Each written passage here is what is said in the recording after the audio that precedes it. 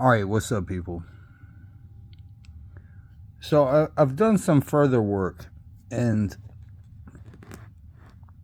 trust me when I tell you that working is always difficult. It always requires, lifting weights a little bit, if that makes any sense.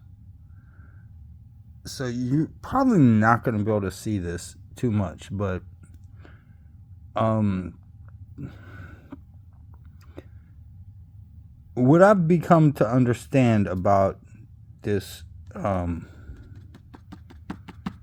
image and what I believe the meaning to this to be, and why I did the triangle, and why I believe that this tablet is ultimately a tablet of binding, and I believe that it is binding. Now, see, if you won't be able to see it. Like, you'll see the number 1 there. I'm putting a 1, and then a 2, 3, 4, 5, and then we get down to 13. So it's a binding of 13. And that's a very important number when it comes to magical binding. And so this is a triangle. Obviously, a triangle is how you imprison a spirit. The spirit involved is this, which I believe to be Chumbley's own magical name. So I think that what he's doing, okay, so this is a tablet of binding, but it's also a story in the sense of it's a conjuration.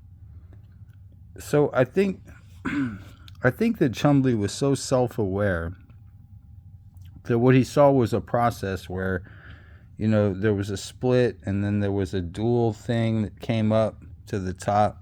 Now, what you'll notice is this right here, the green one, that's the Eye of Ra, or Ray. It's technically Ray, but everybody calls it Ra. But this here is not the Eye of Horus. That looks like a black eye. That looks like an imbalance.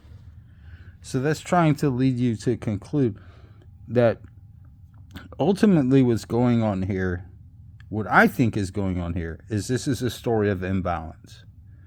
So it starts off with balance at the bottom here. This would be the Caduceus, or like the serpent wand, if you will, which is like medicine. This is like healing. This is like the middle, right?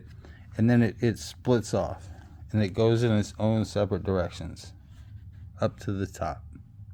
But then it bounces back down, and then it comes down here.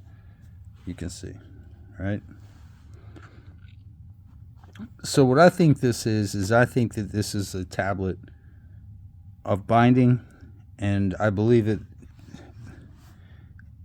I'm going to get into these sigils. I mean, I might not make a video about it because I think that this is a very personal working, and I'm very much trying to understand Chumley's code.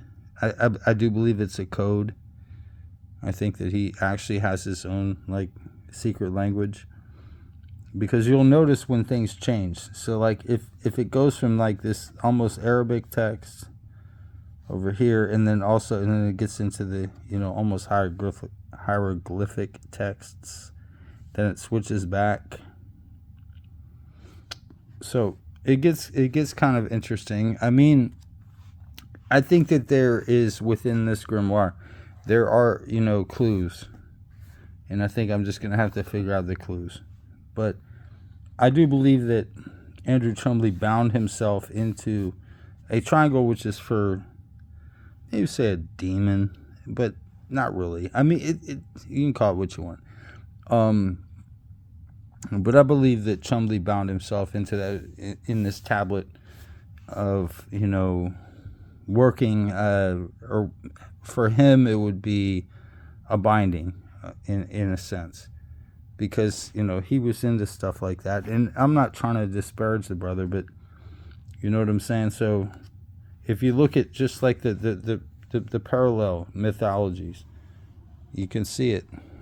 It makes perfect sense, and then it comes together, and then it splits off, and then it comes crashing down. Then it has to reconnect, and it comes back here all the time.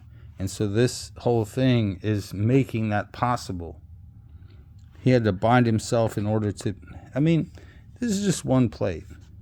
One plate. You know what I mean? So then what you have to do is you have to go back and you have to re-examine everything in light of that. Re-examine everything in light of that, if that makes any fucking sense.